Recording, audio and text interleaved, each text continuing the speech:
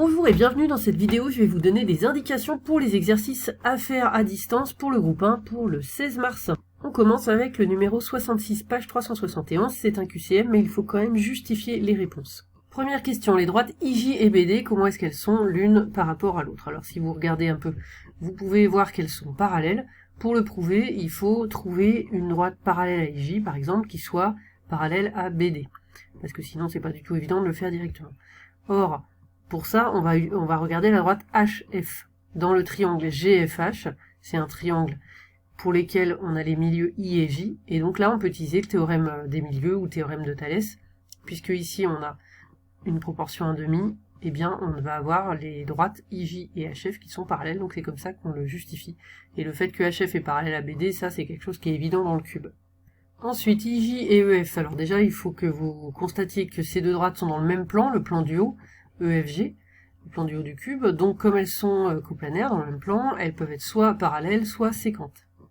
Et ensuite, donc en vous plaçant toujours dans le plan du haut, on peut dire qu'elles ne sont pas parallèles, puisque sinon on aurait IJ parallèle à G, ce qui n'est pas le cas, ce serait J serait un G, c'est pas le cas. Et elles ne sont pas perpendiculaires, parce que sinon, eh bien J serait parallèle à GF, et ce n'est pas le cas. Enfin, IJ et MN, alors IJ et MN, elles sont pas dans le même plan, MN est dans un plan au milieu du cube, là, en horizontal, et IJ est dans un plan horizontal aussi, mais en haut du cube, donc elles sont dans des plans parallèles, elles ne peuvent pas être ni séquentes, ni perpendiculaires. Alors, elles sont orthogonales, pour ça il faut donc trouver des parallèles qui vont être, des parallèles à ces droites qui vont être perpendiculaires pour le prouver.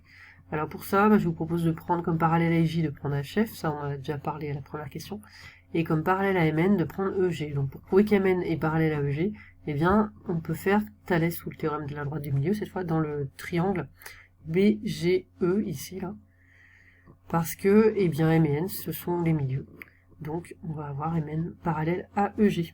Et oui, donc finalement, on peut considérer les droites EG et HF, ça sont les diagonales du carré du haut, et les diagonales d'un carré, elles sont perpendiculaires, donc ça montre bien que ces droites sont perpendiculaires, donc leurs parallèles sont orthogonales. Deuxième exercice, le numéro 34, page 363. Alors, on se place dans un cube, il faut placer I, le milieu de AE, donc à vous de le faire, J, le milieu de BC. Tout d'abord, faut justifier que c'est un repère orthonormé, donc ça, vous dites que les trois vecteurs sont orthogonaux 2 à 2 et qu'ils sont de norme 1. Ensuite, les coordonnées, donc il faut trouver les coordonnées de chaque point du cube, c'est pas très difficile.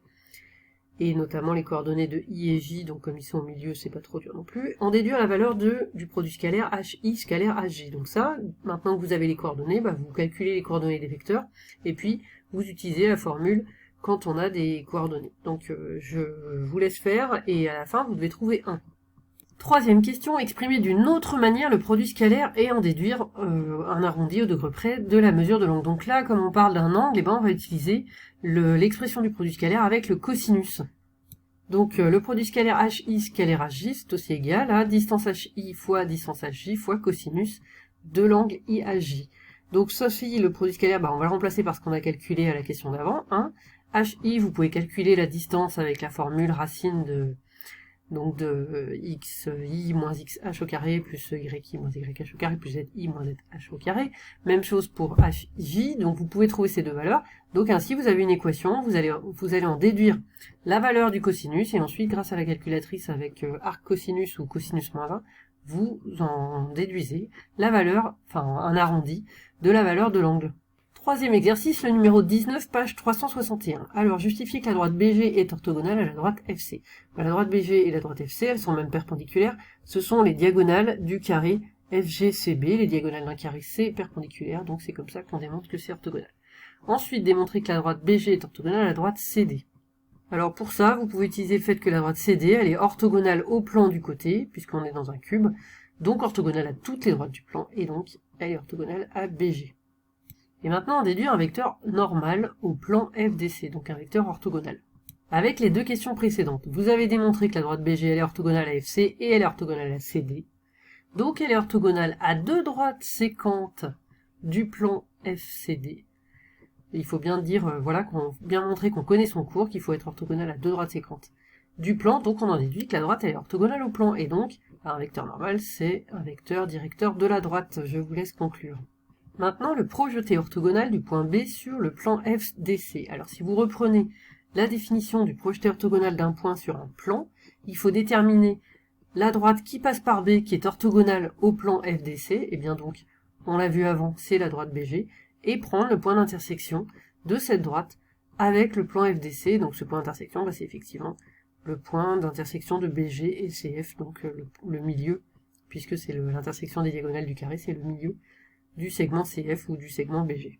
Et enfin, exercice numéro 20, page 362. Donc là, on vous demande de déterminer sans justifier le projeté orthogonal d'un point soit sur un plan, soit sur une droite.